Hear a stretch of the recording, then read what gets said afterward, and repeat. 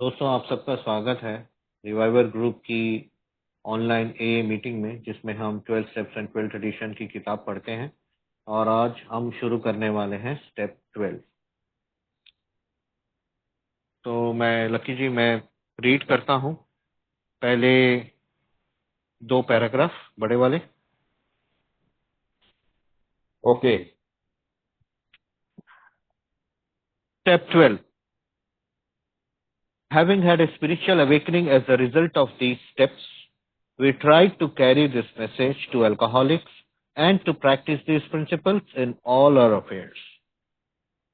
The joy of living is the theme of A's 12 step, and action is its key word.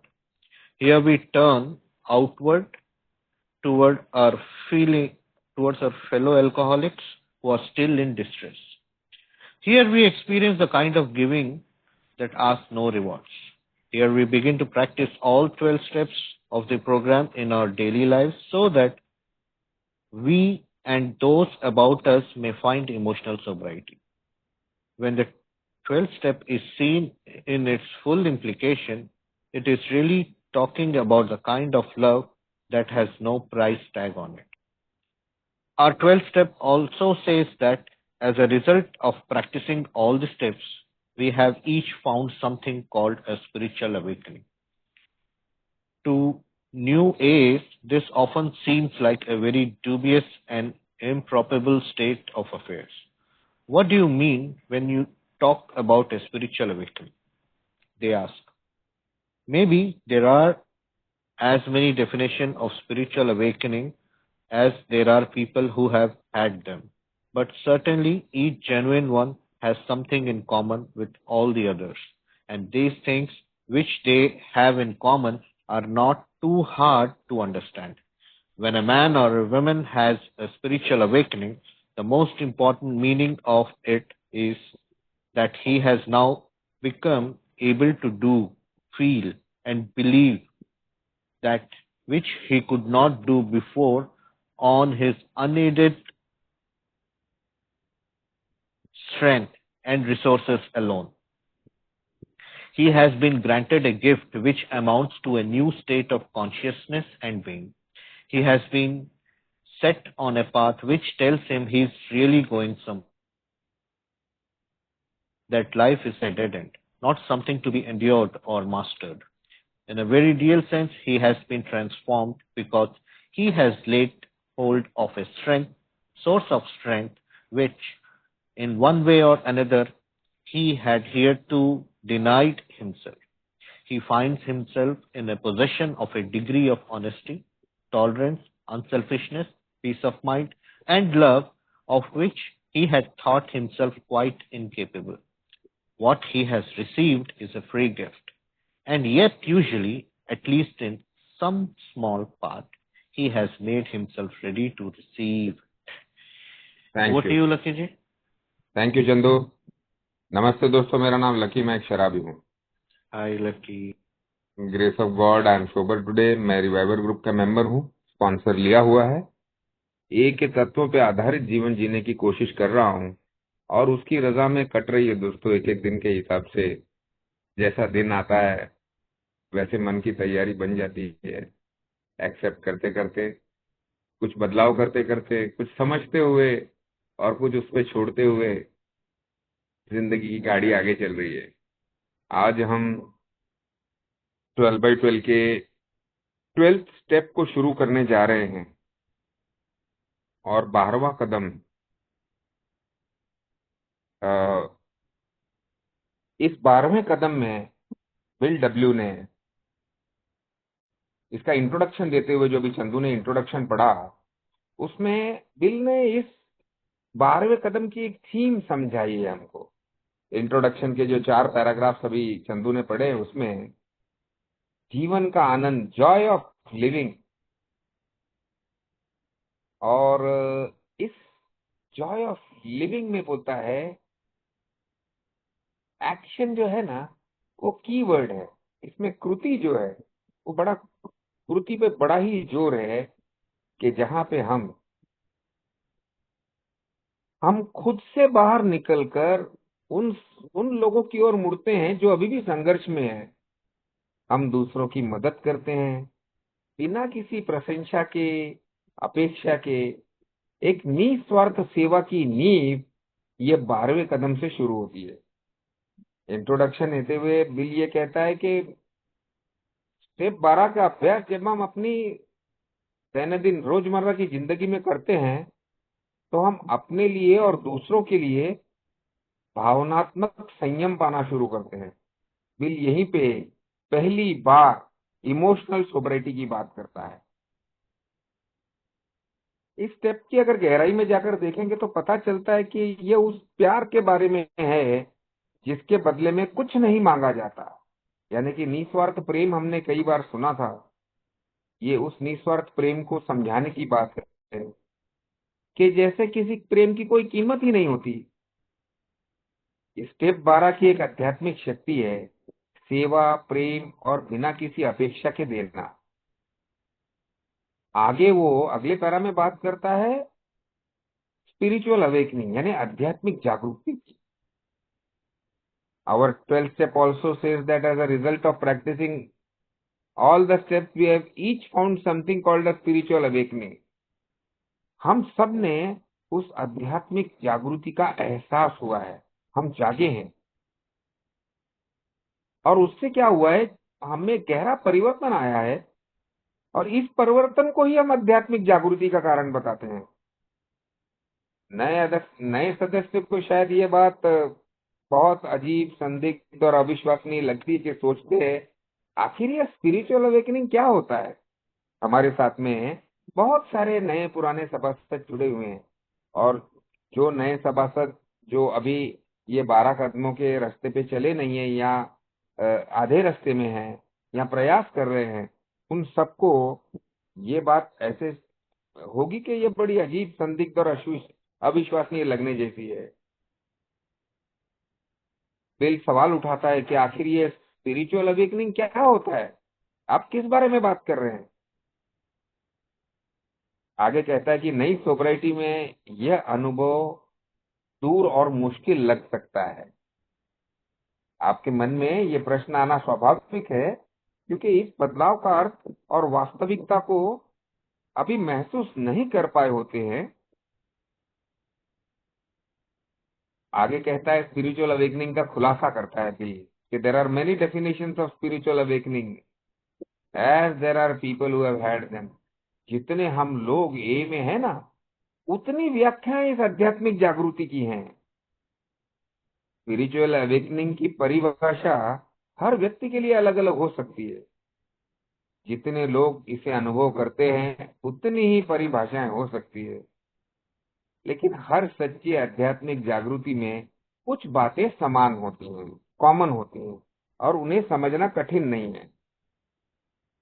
जब किसी व्यक्ति को आध्यात्मिक जागृति होती है तो उसका सबसे महत्वपूर्ण अर्थ ये होता है कि एक, वो अब ऐसा सोचने, महसूस करने और व्यवहार करने में सक्षम हो जाता है जो पहले वह कभी अकेले अपनी शक्ति या इच्छा से नहीं कर पाता था। और ये एक गिफ्ट है, कहता है, एक नई चेतना, एक नया अस्तित्व, एक नया दृष्टिकोण। अब जब हम उसे महसूस करते हैं तो ये समझ में आता है कि जीवन कोई बंद गली नहीं है यार। मेरा जीवन, ऐसे कई बार हमें महसूस होता है ना कि जीवन का जैसे एक एंड ऑफ द स्ट्रीट आ गया है। जीवन कोई बोझ नहीं सिर्फ ढोना है, बल्कि यह अर्थपूर्ण यात्रा है जहां वो आगे बढ़ रहा है, जहां हम आगे बढ़ रहे हैं। जब ऐसा महसूस होने लगता है ना, तो हमें समझ जाना चाहिए कि हम वास्तव में बदल चुके हैं, क्योंकि हमने एक ऐसी शक्ति को पकड़ लिया है, ऐसी शक्ति जिसे हम पहले स्वीकार करने को या अपनाने को तैयार नहीं थे।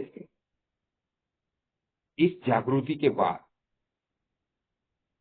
ईमानदारी, सहनशीलता, निस्वार्थता, शांति और प्रेम उत्पन्न होने लग पड़ते हैं। हमने कई बार इन चीजों को करने की कोशिश की, लेकिन हमने कई बार पीते वक्त मैंने महसूस किया कि ईमानदारी नहीं आती थी, सहनशील में था नहीं, पूरी तरह से स्वार्थी था, अशांत था और आत्म केंद्रित था। अब भी यहाँ पे कहता है कि यह चीजें अब उत्पन्न होने लगती हैं, और सच में ये पहले मेरे बस की बात नहीं थी, लेकिन अब ये अंदर से आने लग पड़ती है। और बिल कहता है ये एक फ्री गिफ्ट है, ये मुफ्त उपहार है, लेकिन फिर भी किसी न किसी स्तर पर अपने आप को ये पाने के लिए हम तैयार कर लेते हैं। Has question join Chandu? Not yet, I guess. Okay, okay. So we will do a little bit more elaborate of this introduction. Yeah, अब yeah, that would be great. हाँ, अब इस इंट्रोडक्शन में जॉय ऑफ लिविंग से शुरू करते हुए emotional sobriety पे आते हुए और स्पिरिचुअल अवेकनिंग का, आध्यात्मिक जागृति का अर्थ बताते हुए, उसकी संभावनाएं बताते हुए बिल ये 12वें कदम को शुरू कर रहा है। अगर मैं ये तीनों चीजों को अपने अनुभव से जोड़ूं तो आखिरी के दिनों में जिंदगी जीने में कोई आनंद था ही नहीं। मेरी जिंदगी एक यंत्र मानव की तरह चल रही थी, एक रोबोट की तरह चल रही थी, जिसमें सिर्फ मैं वो दिन ढकेल रहा था, वो समय ढकेल रहा था, क्योंकि शुरुआत में शराब ने जो आनंद दिया था अभी वो कहीं खो गया था। अब मैं अपने गम और दुख भुलाने के लिए पी रहा था, लेकिन पीने के बाद में भी वो गम जा नहीं रहे थे, वो दुख जा नहीं रही थी।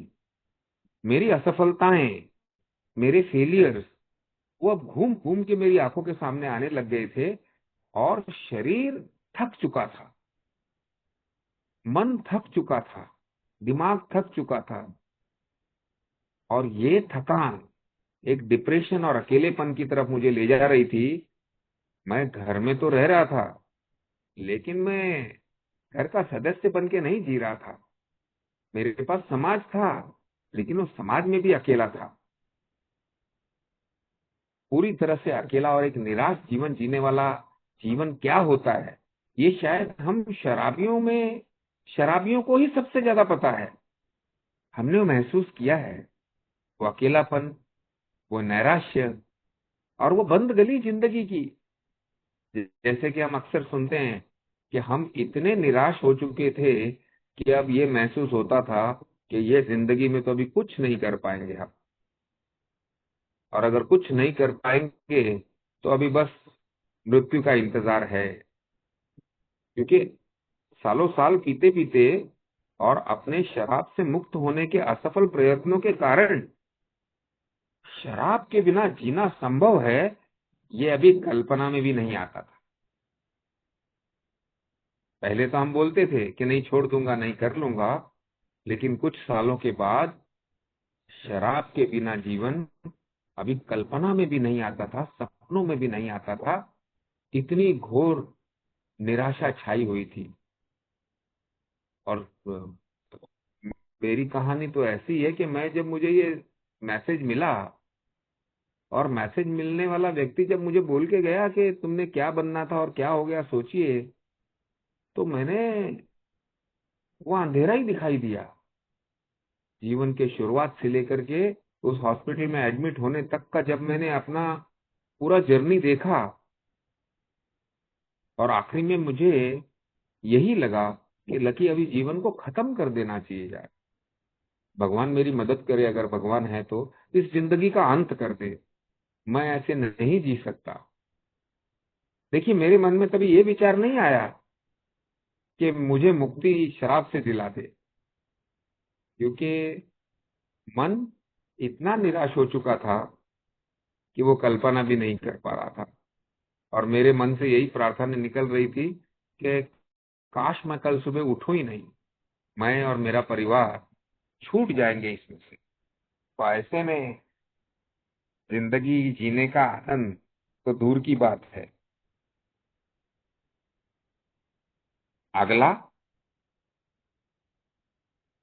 अगली बात हो यहाँ पे, मुख्य बात हो रही है यहाँ पे इमोशनल सोब्राइटी की। भावनिक रूप से हम रिकवरी के अंदर भी देखें तो बड़े सेंसिटिव रहे हैं ना। छोटी छोटी बातों को लेकर के ओवर थिंकिंग करना, और उसका पता नहीं अपनी सेल्फ विल से क्या रास्ते निकालना। ऐसा कर लूं वैसा कर लूं, हमने देखा अपने पहले के कदमों में, तीसरे चौथे पांचवे छठे कदम में, जब सेल्फ विल हमसे अपनी जिंदगी की गुत्थी सुलझाने के आइडियाज देती थी, हमें ये समझ में नहीं आता था कि भाई हमारी जो कैपेसिटी है वो लिमिटेड है। हमारे पास अनुभव नहीं है इन चीजों के, हमें सीखने पड़ेंगे, हमें प्राप्त करने पड़ेंगे, हमें पाने पड़ेंगे। लेकिन फिर भी वो तथाकथित आत्मनिर्भरता यही बोलती थी, नहीं लकी कर लेंगे यार। और उसमें वो इतना संवेदनशील होके जीना, जहाँ पे जहाँ पे औरों पे निर्भर करना, परिस्थितियों पे निर्भर करना, और लोगों को दोष देते रहना, ऐसे में रिकवरी में भी जॉय ऑफ लिविंग नहीं था मेरे पास दोस्त। मेरा अनुभव ये बताता है कि रिकवरी का अर्थ मैंने मटेरियल रिकवरी लगा लिया था, और उस मटेरियल रिकवरी को ही प्रमुख केंद्र बिंदु बना लिया था। मैं ये भूल गया था कि मैं इतना असुरक्षित हूं कि कितने भी बड़ा सक्सेस मेरी उस असुरक्षितता को दूर नहीं कर पाएगा। टेम्पररी तौर के ऊपर मैं थोड़ा रिलीफ महसूस कर सकता हूँ, लेकिन ये असुरक्षितता फिर से आ जाएगी। और वो इमोशनल रोलर कोस्टर बिल कहता है कई बार में, वो मूड स्विंग्स हमारी रिकवरी में दिखाई देते हैं। और उन मूड स्विंग्स की वजह हमारा इमोशनल सेंसिटिविटी बिल यहाँ पे बात करता है कि उस इमोशनल सोब्राइटी को पाना शुरू कैसे किया जाए। यहाँ पे जवाब देता है, खुद से बाहर निकलकर उन साथियों की ओर मुड़ते हैं जो अभी भी संघर्ष में हैं। हम दूसरों की मदद करते हैं, निस्वार्थ सेवा करते हैं। स्टेप 12 का अभ्यास जब हम अपनी रोजमर्रा की जिंदगी में करते हैं, तो हम अपने लिए और दूसरों के लिए भावनात्मक संयम पाना शुरू कर देते हैं। और फिर इस इंट्रोडक्शन में आध्यात्मिक जागृति की बात करता है। अब यह आध्यात्मिक जागृति, ये बड़ा, मैं समझता हूं कि शुरुआत के दौर में बड़ा कंफ्यूजिंग हो सकता है, क्योंकि शायद इस आध्यात्मिक जागृति से हमारी अपेक्षा ऐसी है कि जैसे कोई बहुत बड़ा चमत्कार, जैसे कोई बहुत बड़ा साक्षात्कार हो। अगर ये कल्पना लेके हम इस सेंटेंस को देख रहे हैं, तो शायद वो गलत है। क्योंकि मैं अपना अनुभव बताऊं तो जिस दिन मैंने अपनी पहली मीटिंग की, एक ही मीटिंग की, उस मीटिंग में किसने क्या कहा मुझे आज भी याद नहीं है। एक लेडी मीटिंग चला रही थी, और एक 40-50 लोग सामने बैठे हुए थे, जिसमें मैं भी था। लोग आ रहे थे, बात कर रहे थे, जा रहे थे। इतना पता है अपने आप को अल्कोहलिक कह रहे थे, और शराब से दूर अच्छे खासे लोग दिख रहे थे। वो मीटिंग खत्म होने के बाद जब मैं उठा, तो मुझे बड़ा हल्का महसूस हुआ। मेरे अंदर से आवाज आई, लकी इधर नहीं तो किधर नहीं, अभी चीटिंग मत करना। बस ये दो चीजें मुझे उसकी याद है। और जब मैंने अपने ग्रुप में आकर के कुछ दिनों के बाद ये शेयर किया कि मुझे ऐसा महसूस हुआ, तो मुझे मेरे ओल्ड टाइमर ने समझाया, बोला इसी को हम आध्यात्मिक जागृति कहते हैं। ये जो तेरे को महसूस हुआ है, ये जो तू आते रह रहा है, ये जो तेरे को विश्वास बन गया, ये जो तेरे सवाल निकल गए, ये क्या आध्यात्मिक जागृति नहीं है? तो इस मामले में जागरूक हो गया है अभी। और धीरे धीरे जैसे हम ए में आते जाते हैं, तो हमारी सबसे पहली जागृति होती है मेरी समस्या का सही स्वरूप। मुझे मेरी समस्या का सही स्वरूप ही नहीं पता था। मैं तो लोगों की तरफ उंगली उठाता था, और जब लोग खत्म हो जाते थे तो अपने भाग्य की तरफ बोलता था, नहीं यार मेरी किस्मत ही ऐसी है, बस मेरा कुछ ठीक नहीं हो सकता, मैं ठीक नहीं कर सकता। जबकि समस्या का सही स्वरूप तो अल्कोहलिज्म में था, मेरी जिंदगी की अनमैनेजेबिलिटी में था। ये न तो किसी ने बताया और ना ही मुझे समझ में आया। अपने आप को शराबी स्वीकारना ये एक जागृति है। अपनी अस्त व्यवस्था को स्वीकार करना ये एक जागृति है। और इतना ही नहीं, ये अवेकनिंग का सिलसिला पूरे 11 कदम तक चलता रहता है दोस्तों। और कई जागृतियां होती हैं हमको हमारे बारे में। जब हम कहते हैं कि we came to believe a power greater than our self could restore us to sanity, जब हम वो बात करते हैं तभी ये जागृति होती है। यार मैं तो पागल ही था। जब सेल्फ विल की बात होती है तो ये समझ में आता है कि मैंने कैसे अपनी इच्छा दूसरों पे लादी और अपनी इच्छा को सर्वोपर रखा। औरों का तो छोड़ो, खुद का भी ध्यान नहीं रखा मैंने। अपनी इच्छा की प्राप्ति करने के लिए खुद का कितना नुकसान करके लिया। Self will run right. ये जब भी हम एनालिसिस करके, तो इसके बारे में जागृति होती है अपने अनुभव से। ऐसी जागृतियों का सिलसिला शुरू होता है। इसके लिए बिल यहाँ पे ये कहता है कि जितने व्यक्ति उतने प्रकार की आध्यात्मिक जागृति की व्याख्याएं हो सकती है, लेकिन एक बात समान है। एक बात समान है कि आध्यात्मिक जागृति के बाद हमारे अंदर वो बदलाव आ जाता है उस मामले में। उस मामले में जहां जहां पे जागृति हुई है, वहां वहां पे बदलाव आना शुरू हो जाता है, और मैं बदलाव के रास्ते पे शुरू हो जाता हूँ। और जैसे मैं बदलाव के रास्ते पे चलता हूँ, मुझे सवालों के जवाब मिलने लग पड़ते हैं। और जब उन जवाबों को अपनी जिंदगी में मैं उतारने लग पड़ता हूँ, जब मैं लोगों की सुनने लग पड़ता हूँ, उन पे विश्वास करने लग पड़ता हूँ, इन तत्वों पे विश्वास करने लग पड़ता हूँ, तो और जागृति होती है। और ये सारा सिलसिला ये कन्वर्ट होता है जॉय ऑफ लिविंग में। ये कन्वर्ट होता है इमोशनल सोब्राइटी में। और बिल ने ये पहले के वाक्यों में, इस इंट्रोडक्शन में, इस गिफ्ट को विस्तृत रूप से हमें समझाया है। Yes Chandu. Thank you Lucky ji. I think Pushan has joined, so वो यस। जी थोड़ा वो देंगे क्या इंट्रो?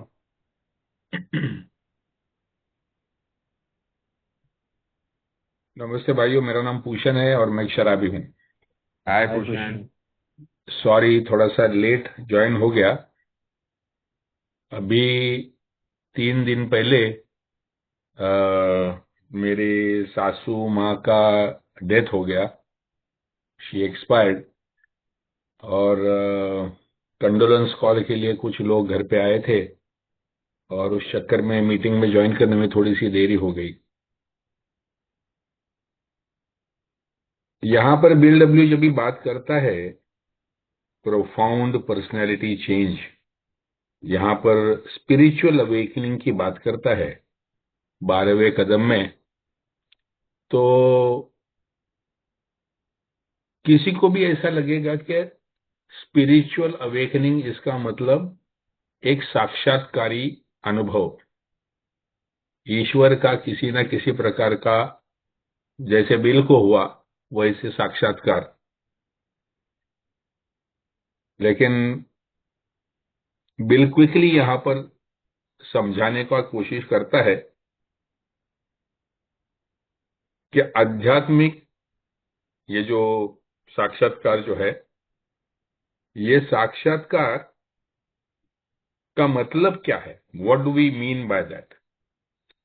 और वो कहता है कि इसका मतलब ये है कि आप अभी वो सब चीजें कर सकते हो, महसूस कर सकते हो, विश्वास कर सकते हो, जो पहले आप अपने आप से कर नहीं पाते थे।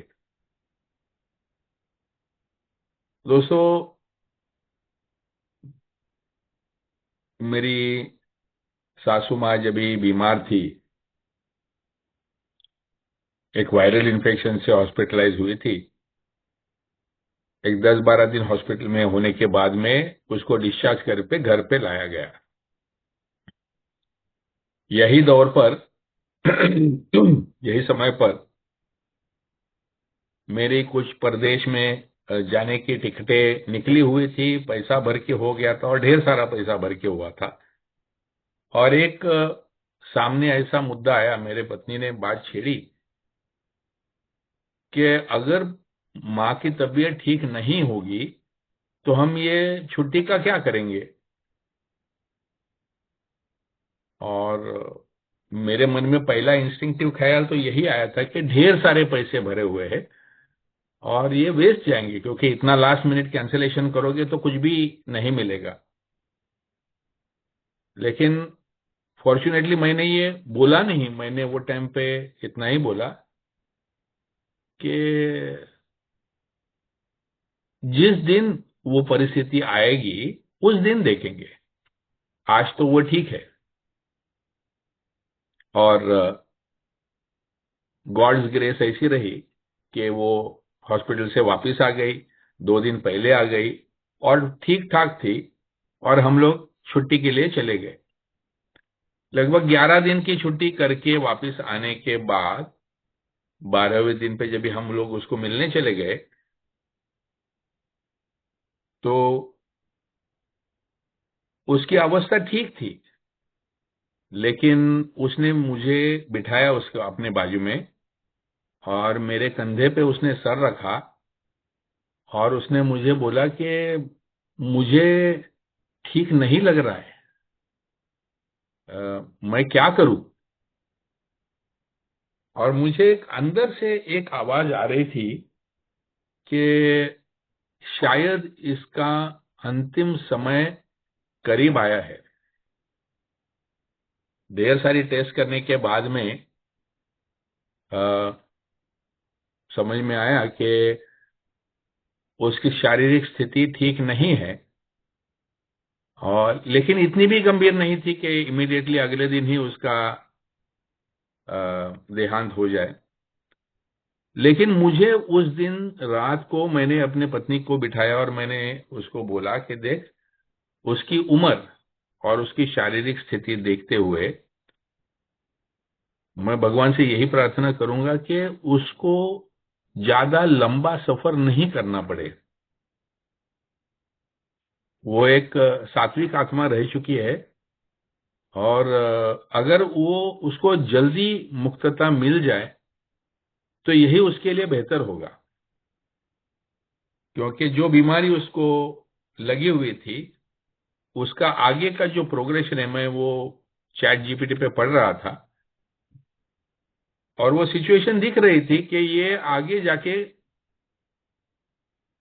डिपेंडेंट और एकदम मतलब बेसहारा जैसी ऐसी अवस्था में उसकी होने वाली है। और सुबह उसी रात को ये सब मेरी बात हुई। उस दिन उसके एक्चुअली सब रिपोर्ट्स भी नॉर्मल आए थे और मेरी पत्नी थोड़ी सी खुश थी कि चलो कुछ नहीं, इमीडिएट जो संकट लग रहा था वो टल गया। लेकिन दूसरे दिन सुबह 5:30 बजे उसका देहांत हो गया और वो भी एकदम नींद में ही आराम से शांति के साथ में, चेहरे पे उसके शांत भाव रखते हुए। और मैं सोचने लगा कि कल रात को मुझे ये जो प्रीमोनिशन कहते हैं, एक इंग्लिश में शब्द है, कि मुझे एक अंदर से एक फीलिंग आ रही थी कि इसका समय आ चुका है। और लगभग मैं आधा पौना घंटा मेरे बीवी के साथ में उसके बारे में बात कर रहा था और उसके वजह से जब ये एक्चुअली एक्ट हुआ तो मुझे भी सरप्राइज नहीं लगा और मेरे बीवी को ऑफ कोर्स बुरा तो लगा, लेकिन शॉक नहीं लगा। और हम सब लोग बड़े प्रेम के साथ में उसको विदा कर सके। अब मैं एक शराबी, कंप्लीटली सेल्फिश आयुष्य जीवन जिया हुआ, कभी दूसरे के बारे में सोचने के लिए मेरे पास फुर्सत ही नहीं थी पीने के दौरान। लेकिन आज सोबराइटी में जब भी अलग अलग ये स्टेप्स का पालन करते हुए एक इंस्टिंक्टिव ज्ञान होने लगता है,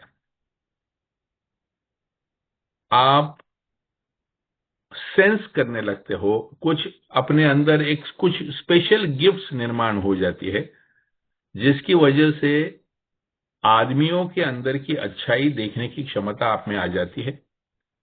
जहां फ्रिक्शन होने वाली है वो फ्रिक्शन अवॉइड करने की आपको कला प्राप्त हो जाती है। बहुत, मतलब ये मैं नहीं कहूंगा कि बिल्कुल झगड़े नहीं होते, लेकिन वो झगड़े को हाथ से बाहर बहकने न देना, ये टेक्निक, ये आर्ट जो है, ये आपको प्राप्त हो जाती है। जरा मन का संतुलन ढल जाए, भले बुरा लगे, गुस्सा आ जाए, डर लगे या कुछ भी, तो बहुत जल्दी से हम अपने आप को एनालाइज कर सकते हैं और अपने आप की भावनाओं के ऊपर काबू पा सकते हैं। ये मैंने देखा। और किसी भी स्थिति में अपनी तटस्थता, जो हम लोग हमेशा बात करते हैं, साक्षी भाव में रहकर हम वो परिस्थिति को, वो लोगों को, वो स्थिति को तटस्थता के साथ, किसी भी प्रकार की भावनिक उथल पुथल न होते हुए, हम लोग उसको समझने की, संभलने की, और जहां तक हमारे से हो सके उसको ठीक करने का प्रयास कर सकते हैं। लोगों को इन चीजों का बड़ा आश्चर्य लगता है। लोगों को ऐसे लगता है कि कितनी मैच्योरिटी आप में है, लोगों को ऐसे लगता है कि कितनी गंभीरता आप में है, या कितना विषय के प्रति आप फिलोसॉफिकली विचार कर सकते हो। लेकिन ये मैं नहीं था दोस्तों। ये सभी जो मैं समझता हूं ये प्राप्त होता है आपको, ये गिफ्ट्स आपको 11 ये पायरी का पालन करते हुए ये आपको गिफ्ट्स मिलने लगती है। सो ये जब भी गिफ्ट्स आती है तो उसके साथ में जैसे बिल डब्ल्यू यहां पर कहता है कि आपको एक certain degree of honesty, certain degree of tolerance, certain degree of unselfishness, A degree of peace of mind, and एक लव, एक प्रेम, एक प्यार भरा हृदय आपको प्राप्त हो जाता है, जो मेरे लिए बिल्कुल असंभव था। इनमें से कोई भी भाव मैं अपने आप को व्यतीत करने के लिए नहीं यूज कर सकता था, लेकिन अभी मैं महसूस करता हूं। मेरा महसूस करना तो शायद एक इल्यूजन हो सकता है, लेकिन मेरे अगल बगल में मेरे मेरे चाहने वाले या मेरे संपर्क में आने वाले लोगों को भी ये बदलाव दिखने लगता है।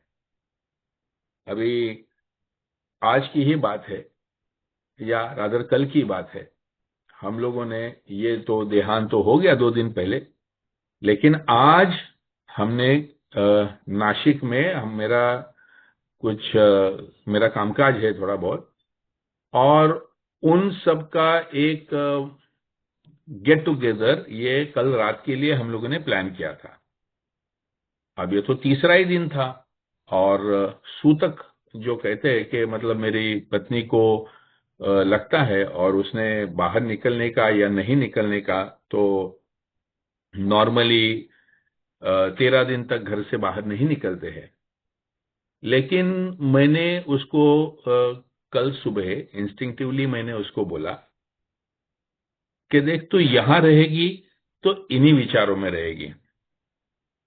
अगर तू साथ में आएगी तो 4 लोगों से मुलाकातें होगी, बातें होगी, तुझे भी हल्का लगेगा, और तू आई इतना सारा दुख का सिचुएशन होते हुए, ये देखकर उनको भी बड़ा हौसला अफजाई होगी, उनको भी अच्छा लगेगा। और तेरी माँ क्या चाहेगी कि तू उसके दुख में यहाँ बैठे बैठे रोते रहे, आंसू ढालते रहे?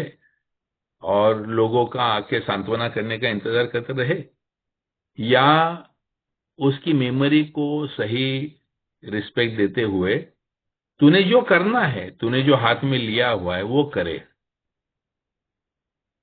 तो वो आई मेरे साथ में, मैं नहीं सोच रहा था कि वो आएगी, वो आई। और हम लोगों का एक बहुत अच्छा दिन गया। कल का दिन मैं स्पेशल कर सका। मैं वहां पर एक एकदम स्पेशल होटल में एक रिजर्वेशन किया, जहां पर उसको अच्छा लगे, उसको रिलीफ लगे। और एक कपल हम लोग के साथ में लेके गए, उनके साथ में बातें की। और आज दोपहर को जब ये आए तो वो काफी रिलीफ उसको महसूस कर रहा था, और उसने जस्ट एक कैजुअली मुझे थैंक्स करके बोला। और मुझे जो पावती मिली, मुझे मालूम था कि मैं दूसरे की भावनाओं के प्रति बिल्कुल संवेदनशीलता मेरे में नहीं थी। और अगर आज मैं ये सेंस कर सकता हूं और उसके लिए कुछ सॉफ्ट इमोशंस एक्सप्रेस कर सकता हूं, और दूसरे का दर्द हल्का करने में कुछ थोड़ा बहुत अगर मदद कर सकता हूं, तो ये पूरी जो देन है, ये जो साक्षी भाव प्राप्त हुआ है, जो एक कर्ता भाव से हम साक्षी भाव में जाते हैं 11 कदमों का पालन करते हुए, उसके वजह से हुआ है। और जो कहते हैं ना कि 12वां कदम 12वां क्यों रखा हुआ है, क्योंकि कैरिंग द मैसेज, लोगों को अगर आपने जाके संदेशा देने का है, तो अगर आपकी पर्सनैलिटी ही ठीक नहीं है, अगर आपका पर्सनैलिटी ही अट्रैक्टिव नहीं बना है, तो आप लोगों को क्या आकर्षित कर पाओगे। तो ये अनुभूति आपको मिलती है कि जब भी आपकी पर्सनैलिटी आकर्षक हो जाती है, तो जब भी आप संदेश वहन भी करते हो, आप जब दूसरे पीड़ित शराबी के साथ में बात करने जाते हो, वो पूरे प्यार के साथ में, पूरी ह्यूमिलिटी के साथ में, तो आपको रिजल्ट भी बहुत अच्छा मिलता है, और सामने वाले को कंफर्ट भी बहुत मिलता है। सो बिल डब्ल्यू जब ये 12वें कदम के बारे में हमारे साथ में बात कर रहा है, ये हर एक पैराग्राफ में, हर एक पैसेज में आपको फीलिंग महसूस होगा। यहां पर जो है ये इंटेलेक्चुअली अपील नहीं, ये इमोशनली अपीलिंग चीजें आपको नजर आएगी, दिखाई देगी आपको। ये जो 12वें कदम का जो रस है, वो एंजॉय करने में बड़ा मजा आएगा। Over to you Chandu. Thank you, Bhushan. AA's manner of making ready to receive this gift lies in the practice of 12 steps in our program. So let's consider briefly what we have been trying to do up to this point.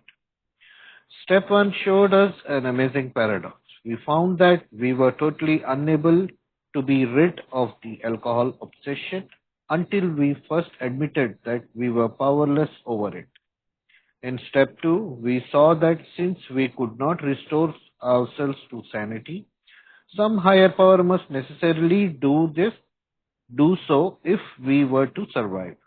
Consequently, in step 3, we turned our will and our lives over to the care of God as we understood Him.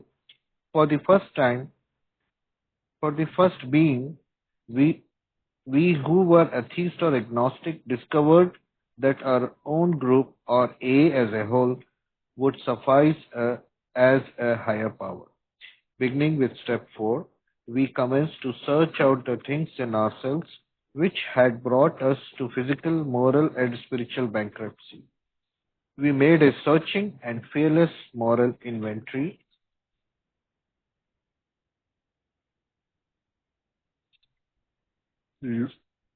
Looking at step 5, we decided that an inventory taken alone wouldn't be enough.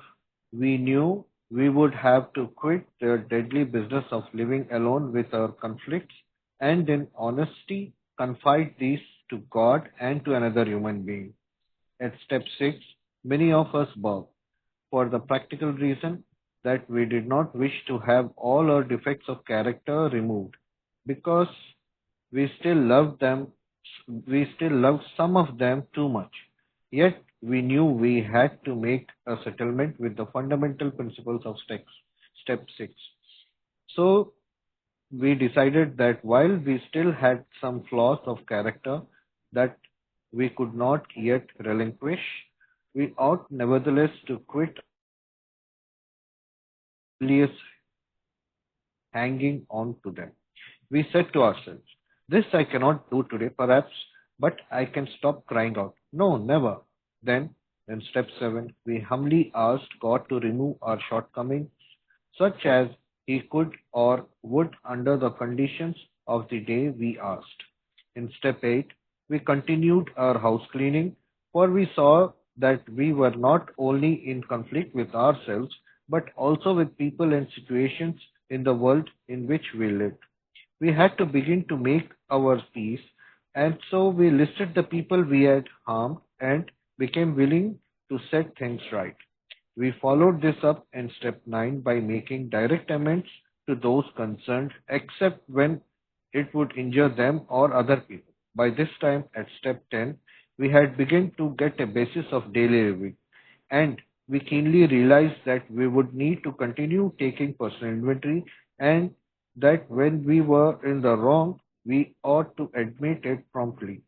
In step 11, we saw that if a higher power had restored us to sanity and had enabled us to live with some peace of mind in a sorely troubled world, then such a higher power was worth knowing better by as direct contact as possible.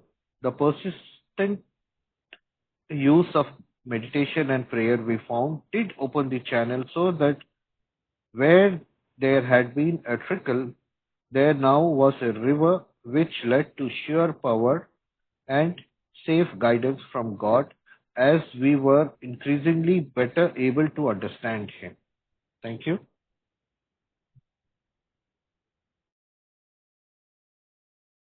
I think Chandu आगे का paragraph लेना चाहिए.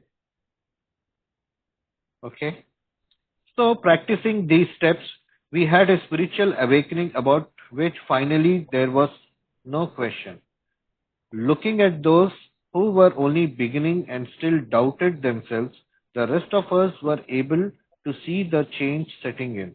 From great numbers of such experiences, we could predict that the doubter who still claimed that he hadn't got the spiritual angle and who still considered his well-loved A group with a higher power would presently love God and call him by name. Now, what about the rest of the 12 steps? The wonderful energy it releases and the eager action by which it carries our message to the next suffering alcoholic, and which finally translates the 12 steps into action upon all our affairs, is the payoff, the magnificent reality of Alcoholics Anonymous. Okay? हाँ, okay. तो इसका मोटा मोटा हिंदी में अनुवाद और सार ऐसा है. बिल यहाँ पे बताता है कि स्पिरिचुअल अवेकनिंग के लिए, आध्यात्मिक जागरूक के लिए एक ही तैयारी कहाँ से शुरू होती है, और वो हमें पूरे 12 कदमों के पास से एक नजर डालने को बताए. कि स्टेप 1 में हमने एक बड़ा विरोधाभास देखा, और जहां हम ऑब्सेशन से निकल नहीं पाए थे, यानी कि हार मानना ही पहली जीत थी.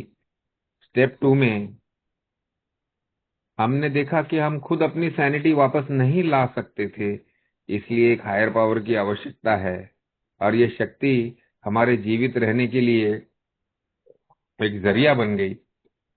स्टेप 3 में हमने अपनी इच्छा और जीवन उस हायर पावर को सुपुर्द कर दिया.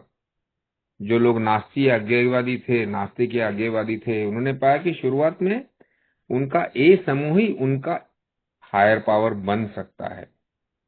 स्टेप 4 में हमने अपने अंदर झांकना शुरू किया और उन सभी बातों को तलाशना जिन्होंने हमें शारीरिक, नैतिक और आध्यात्मिक रूप से तोड़ा था. हमने एक खोजपूर्ण और निडर नैतिक जांच बनाई. स्टेप 5 में हमने महसूस किया कि इन्वेंट्री लेना ही काफी नहीं है, उसके साथ अपनी सच्चाइयों को ईमानदारी से भगवान और एक इंसान के सामने स्वीकार करना जरूरी है, ताकि हम अपने अंदर के संघर्ष में अकेले न मरते रहें. स्टेप 6, यहाँ हम में से कई लोग रुक गए. क्योंकि सच ये है कि हमें अपने कई स्वभाव दोषों से अभी भी प्यार था, लेकिन हमने सिद्धांत स्वीकार किया कि हमें अपने दोषों को छोड़ने की दिशा में कदम उठाना ही होगा। हमने यह सोचा, आज नहीं कर पाया, पर इतना तो कर सकता हूं कि कभी नहीं कहना बंद कर दूं। स्टेप 7 में हमने विनम्रता से भगवान से कहा कि हमारे दोषों को जितना संभव हो हटाएं। स्टेप 8 में हमने देखा कि हम सिर्फ अपने अंदर ही नहीं, दूसरों के साथ भी संघर्ष में थे। हमने उन लोगों की सूची बनाई जिन्हें हमने नुकसान पहुंचाया था और सुधार करने की इच्छा को विकसित किया। स्टेप 9 में हमने उन लोगों से सीधे जाकर अमेंड्स किए जहां वह सुरक्षित था और किसी को नुकसान नहीं होता था। स्टेप 10 में जब अपने दैनिक जीवन का आधार पाया, निरंतर आत्म परीक्षण से गलती होने पर तुरंत स्वीकार किया, यही जीना सीखने की शुरुआत थी। स्टेप 11 हमने देखा कि यदि हायर पावर ने हमें मानसिक स्वास्थ्य और आंतरिक शांति दी है, तो हम उसे बेहतर जानने के लिए ध्यान और प्रार्थना जारी रखते हैं। धीरे धीरे जहां पहले सिर्फ एक बूंद जैसा संपर्क था, अब वहां एक नदी बह रही थी। हमने अपनी शक्ति, मार्गदर्शन और समझ गहरी कर दी। इस पूरे विवरण में एक ही आध्यात्मिकता 11 कदम मिलाकर व्यक्ति को एक नई चेतना, एक नई जिंदगी और एक नई ईश्वर से संपर्क की ओर ले जाती है। हमें वास्तव में स्पिरिचुअल अवेकनिंग का अनुभव हुआ, इसमें कोई संदेह नहीं बचा था। वे लोग जो ए में नए हैं और खुद पर भरोसा नहीं कर पाते हैं, उनके बारे में बाकी अनुभवी सदस्य उस बदलाव को साफ साफ देख सकते हैं जो उनके भीतर धीरे धीरे शुरू हो रहा है। ए में बड़ी संख्या में अनुभव ने यह दिखाया है कि जो नया सदस्य शुरुआत में कहता है, मुझे अभी तक कोई स्पिरिचुअल चीज महसूस नहीं हुई है, और जो अपने समूह को ही अपना हायर पावर मानता है, वो समय के साथ सच्चे प्रेम और विश्वास के साथ ईश्वर से जुड़ने लगता है और एक दिन उसे नाम लेकर पुकारने लगता है। यानी कि धीरे धीरे आध्यात्मिक अनुभव सबके भीतर विकसित होता है, चाहे शुरुआत में व्यक्ति खुद उस पर संदेह क्यों ना कर रहा हो। Thank you. तो बिल डब्ल्यू का एक बहुत खूबसूरत सेंटेंस यहाँ पर है कि he talks about, now let us talk about the rest of the 12 step। जो बची हुई जो बाकी जो 12वां जो कदम है, उसके उसने 2 भाग पकड़े हुए। पहला भाग उसने पकड़ा है, having had a spiritual awakening as a result of these steps, we so पहला भाग में वो बात करता है जो हमारा स्पिरिचुअल अवेकनिंग हुआ, जो साक्षात्कार, आध्यात्मिक साक्षात्कार जो हुआ, उसके बारे में बात करता है। और यहां दूसरे पैराग्राफ में वो शुरुआत करता है, बात करना शुरू करता है, we tried to carry the message to alcoholics and to practice these principles in all our affairs. So दूसरा और तीसरा भाग, दूसरा है tried to carry this message to alcoholics, और तीसरा practice this principles in all our affairs. तो अगर हम लोग 12वां कदम का सिंपल ब्रेक करें तो उसमें 3 कॉन्सेप्ट, 3 अलग अलग भाग बिल अपने सामने प्रेजेंट कर रहा है। अब ये पैराग्राफ में क्या बात कर रहा है वो, he talks about the magnificent reality. तो अल्कोहलिक्स अनोनिमस की सबसे मैग्निफिसेंट यानी ग्रैंड रियलिटी के बारे में वो बात करता है। वो कहता है कि 11 पायरी का आचरण करने के बाद में जब 12वें पायरी में यानी संदेश वहन करने के लिए आप तैयार होते हो, तो the wonderful energy it releases and the eager action by which it carries our message to the next suffering alcoholic, and which finally translates the 12 steps into action upon all our affairs, is the payoff, the magnificent reality of Alcoholics Anonymous. तो मेरे अंदर 11 पैरियों का आचरण करते हुए जो बदल आया हुआ है, वो एक ऐसी एनर्जी, एक ऐसी ताकत मेरे अंदर निर्माण करता है कि जब भी एक आधा सफरिंग अल्कोहलिक मेरे सामने आता है, तो पूरी ताकत के साथ, पूरी एनर्जी के साथ में मेरे थकान दूर हो जाती है।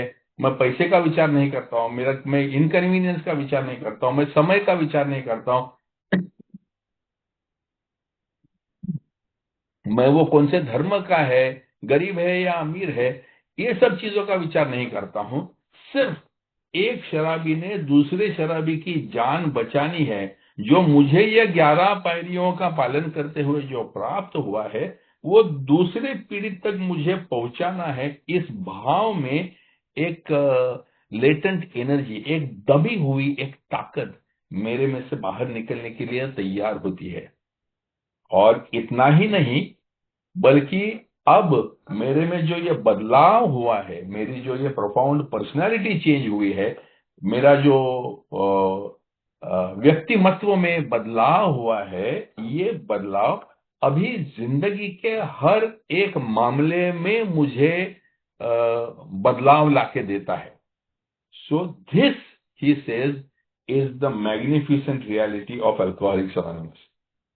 यानी अगर कोई पूछा कि भाई अ, किसी ने शराब बंद की, शपथ खा ली, मंदिर में गया, मंदिर पे शपथ खा ली और उसकी शराब बंद हो गई। किसी ने डॉक्टर की ट्रीटमेंट ले ली, उसको लीवर का प्रॉब्लम है, इसके लिए विल पावर के ऊपर बंद कर दी। और किसी ने अल्कोहलिक्स एनोनिमस में आके बंद कर दी। तो इन तीनों में अंतर क्या है? तो बाकी लोगों की सिर्फ शराब रुक गई, लेकिन मेरी पूरी पर्सनैलिटी का इलाज हो गया। बाकी लोगों ने खुशी से हो या परेशानी से हो या डर से हो, शराब से दूरी रख ली, लेकिन उनका व्यक्तिमत्व वैसे का वैसा ही रहा और उनके जिंदगी को कोई मकसद नया प्राप्त नहीं हुआ। लेकिन मैंने, मेरा ऑटोमेटिकली मेरे सभी डिफेक्ट्स थे, उसके ऊपर भी काम हो गया।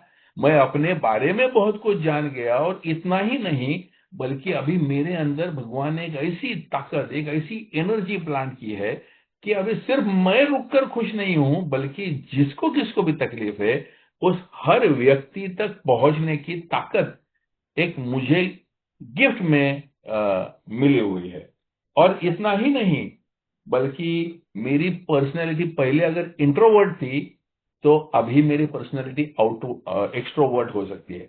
पहले अगर मुझे बोलने की हिम्मत नहीं थी, तो अभी मुझे पब्लिक स्पीकिंग भी आसानी से आने लगती है।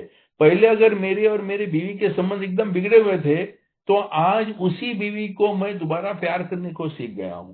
पहले अगर मेरे भाई बहन, भाई बाप, इनके साथ में रिश्ता बिगड़ा हुआ था, तो आज इन्हीं के साथ में सुख समाधान के साथ में, मैं इज्जत के साथ में उनके साथ में रह सकता हूं। पहले अगर मैं बैंकरप्ट हो गया था, कर्जाऊ हो गया था, अब मैं पूरी तरह से आत्मनिर्भर फाइनेंशियली हो गया हूं। इतना भी नहीं, तो जो पीड़ित थे उनको और भी मदद करने की मेरे में क्षमता प्राप्त हुई। ये सब जो बदलाव मेरे अंदर हुए हैं, ये बदलाव, ये सब पायरियों का पालन करने की वजह से हुए।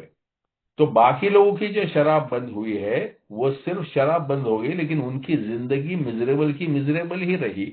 लेकिन मेरे में एक प्रोफाउंड एक्सपीरियंशियल चेंज आ गया, पर्सनैलिटी चेंज आ गया, एक मेरे में नई ऊर्जा प्राप्त हो गई। मैंने कई बार देखा है दोस्तों, अगर मेरे को कहीं बिजनेस मीटिंग में बात करना हो या स्टाफ मीटिंग में बात करना होगा, तो 15-20 मिनट बात करता हूं तो मैं थक जाता हूं।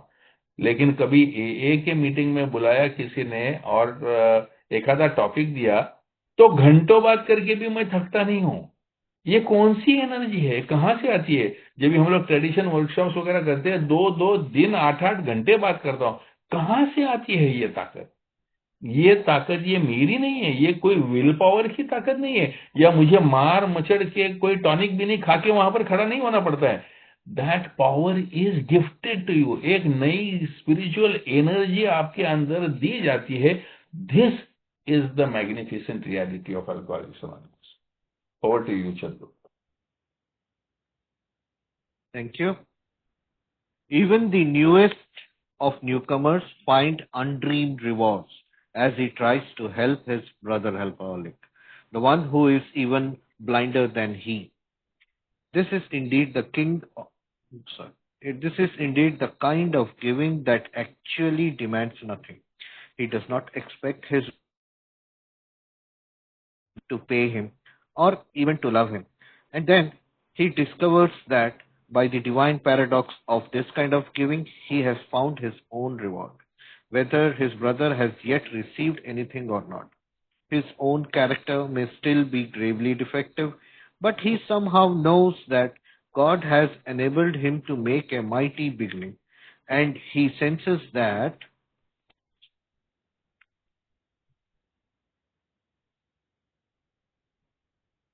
he stands at the edge of new mysteries, joys, and experiences of which he had ever never even dreamed. Practically every AA member declares that no satisfaction has been deeper and no joy greater than in a 12-step job well done. To watch the eyes of men and women open with wonder as they move from darkness into light, to see their lives quickly fill with new purpose and meaning, to see whole families reassembled, to see the alcoholic outcast received back into his community in a full citizenship, and above all, to watch these people awaken to the presence of a loving God in their lives. These things are the substance of what we receive as we carry A's message to the next alcoholic. Nor is this the only kind of 12-step work. We sit in AA meetings and listen, not only to receive something ourselves, but to give the reassurance and support which our presence can bring. If our turn comes to speak at a meeting, we again try to carry A's message. Whether our audience is one or many, it is still 12-step work. There are many opportunities even for those of us who feel unable to speak at meetings or who are so situated that we cannot do much face to face 12-step work. We can be the ones who take on the unspectacular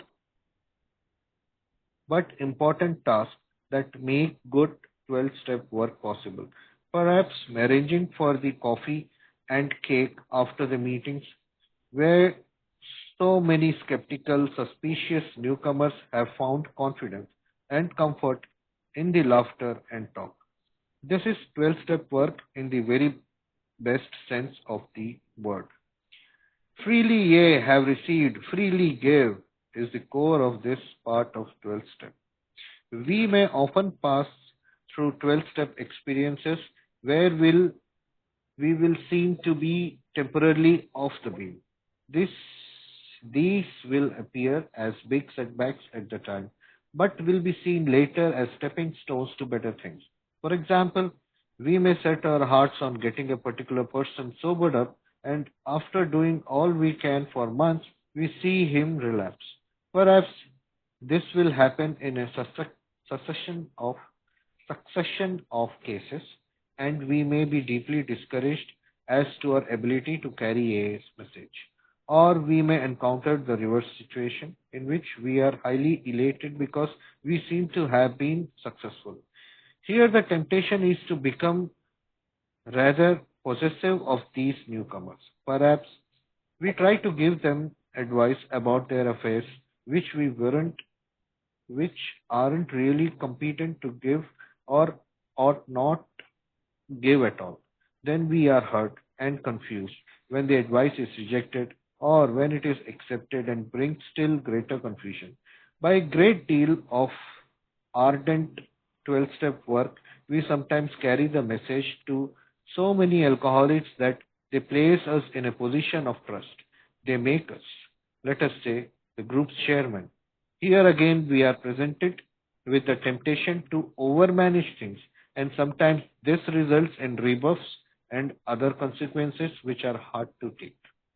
But in the longer run, we clearly realize that these are only the pains of growing up, and nothing but good can come from them if we turn more and more to the entire 12 steps for the answers. Okay? Yep. तो अभी चंदू ने जो पढ़ा उसका अनुवाद ऐसा है कि कार बिल कहता है कि यहाँ स्टेप 12 के सबसे सुंदर परिणाम का वर्णन करता है कि दूसरों की रिकवरी देखते हुए जो आनंद मिलता है वो अनोखा है। No satisfaction has been deeper, no joy greater than in 12 step job well done, कहता है। लगभग हर एक सदस्य का ये कहना है कि बहुत गहरी संतुष्टि मिलती है, बड़ी खुशी मिलती है उसे 12वें कदम के काम में, जब वो किसी अल्कोहलिक की मदद करने में सफल होता है। वो खुशी इतनी बड़ी क्यों होती है? बिल बताता है, हमने पुरुषों और महिलाओं की आंखों में जब वे अंधकार से प्रकाश की ओर बढ़ते हैं तो उनकी आंखों में जो आश्चर्य दिखता है वो हम देखते हैं। उनके जीवन में नया उद्देश्य और नई अर्थपूर्णता बड़ी तेजी से लौट आती है। टूट चुके पूरे परिवार वापस एकजुट हो जाते हैं। समाज से कट चुका अल्कोहलिक फिर से सम्मान और अधिकार के साथ अपने समुदाय में स्वीकार किया जाता है। इन सब लोगों की जिंदगी में प्यार करने वाले ईश्वर की उपस्थिति का अनुभव जागने लगता है।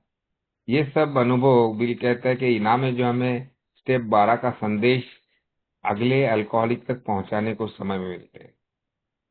क्या 12वां कदम सिर्फ मैसेज कैरी करना ही है? बिल इसको और इलाबोरेट करता है कि ए में बैठकर मीटिंग सुनना भी 12वें कदम का ही कार्य है, क्योंकि हम सिर्फ लेने के लिए नहीं आते बल्कि अपनी उपस्थिति से नए लोगों को सुरक्षा, भरोसा और समर्थन भी देते हैं। जब हमारी बारी आती है बोलने की तो हम फिर से एक का संदेश ही देते हैं, चाहे सामने एक व्यक्ति हो या पूरी सभा। यह अवसर 12 स्टेप का ही हिस्सा है। यहाँ तक वे सदस्य जो मीटिंग में बोलने से घबराते हैं या जो परिस्थितियों के कारण सामने जाकर 12 स्टेप का काम नहीं कर पाते, उनके लिए भी अनेक सेवाएं उपलब्ध है। जो मीटिंग के समय कॉफी की व्यवस्था करते हैं, स्वागत करते हैं, बैठने की व्यवस्था देखते हैं, लिटरेचर को संभालते हैं, ये काम उनके लिए ऐसा कोई अति महत्वपूर्ण ना हो, लेकिन ये हमारे लिए बहुत महत्वपूर्ण है। यही माहौल और यही सरल सेवा बहुत से संदेहपूर्ण डरे हुए न्यूकमर्स को पहली बार से अपनापन और भरोसा देती है। और ये भी एक 12 स्टेप का काम है, दिल से किया गया निस्वार्थ सेवा का काम है। क्योंकि 12 स्टेप का केंद्र यही है कि जितना हमने मुफ्त में पाया है उतना ही मुफ्त में बांटना है। इसके आगे लिखता है कि 12वें कदम का काम करते समय आने वाली भावनात्मक उतार चढ़ाव और खतरों के बारे में बिल आगे लिखता है अगले पैराग्राफ में। कभी कभी स्टेप 12 करते हुए हम खुद को अस्थायी रूप से ऑफ बीम पाते हैं, महसूस करते हैं, यानी कि संतुलन से हटे हुए, परेशान या हताश। शुरू में तो ये बहुत बड़ा सेटबैक लगता है, लेकिन बाद में समझ में आता है कि ये अनुभव एक्चुअली सीढ़ियां हैं जो हमें आगे ले जाती हैं। पहला खतरा, हम पूरी कोशिश करें और सामने वाला फिर भी रिलैप्स कर जाए। हम कभी किसी खास व्यक्ति को सोबर करवाने में अपनी दिल लगा देते हैं, जान लगा देते हैं, महीनों मेहनत करते हैं और वह फिर से पी लेता है। यदि ये कई बार हो तो हम गहराई से हताश हो जाते हैं और अपनी 12 स्टेप की क्षमता पर शक करने लगते हैं। बिल दूसरे खतरे की तरफ हमारा ध्यान ले जाता है। सफलता हमें हाई बना देती है, वो हमें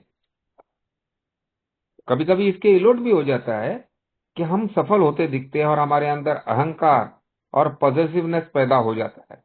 हम नए सदस्यों को उनकी जिंदगी में अनावश्यक सलाह देने लगते हैं, ऐसी सलाह जिसमें हम निपुण भी नहीं होते या देना भी नहीं चाहिए। जब ये सलाह रिजेक्ट कर दी जाती है या मानकर अधिक कंफ्यूजन पैदा करती है तो हम दुखी और उलझन में पड़ जाते हैं। तीसरे खतरे की बात करता है बिल यहाँ, पद और जिम्मेदारी से अहंकार का बढ़ना। बहुत स्टेप 12 काम के बाद कभी हम इतने लोगों तक संदेश पहुंचाते तो हमें किसी समिति या समूह का चेयरमैन बना देते हैं। वहां फिर एक नया प्रलोभन आ जाता है, नियंत्रण करने का, कंट्रोल करने का। उसका नतीजा उन लोगों को से प्रतिरोध और दुखी प्रतिक्रियाएं होती हैं जो हमें बहुत चोट पहुंचा सकती है। मैं कंट्रोल करना चालू कर देता हूँ, ओवर मैनेज करना चालू करता हूँ, और उसका नतीजा ये होता है कि लोग दुखी होने लग पड़ते हैं और उनकी प्रतिक्रियाएं आने लग पड़ती हैं, जिससे हमें तकलीफ होती है।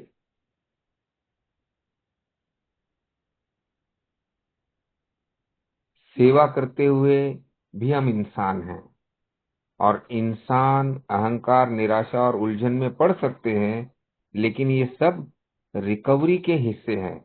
बिल अंत में कहता है, ये 12वें कदम को, 12 स्टेप वर्क को समझाते हुए हमें हमें अलग अलग खतरों से आगाह करते हुए भी ये कहता है कि इसमें आने वाले जो भी अनुभव हैं, भले निराशा है, भले उलझन है, ये सब रिकवरी के प्राकृतिक हिस्से हैं, नेचुरल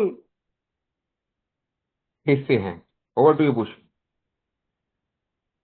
थैंक्स लकी।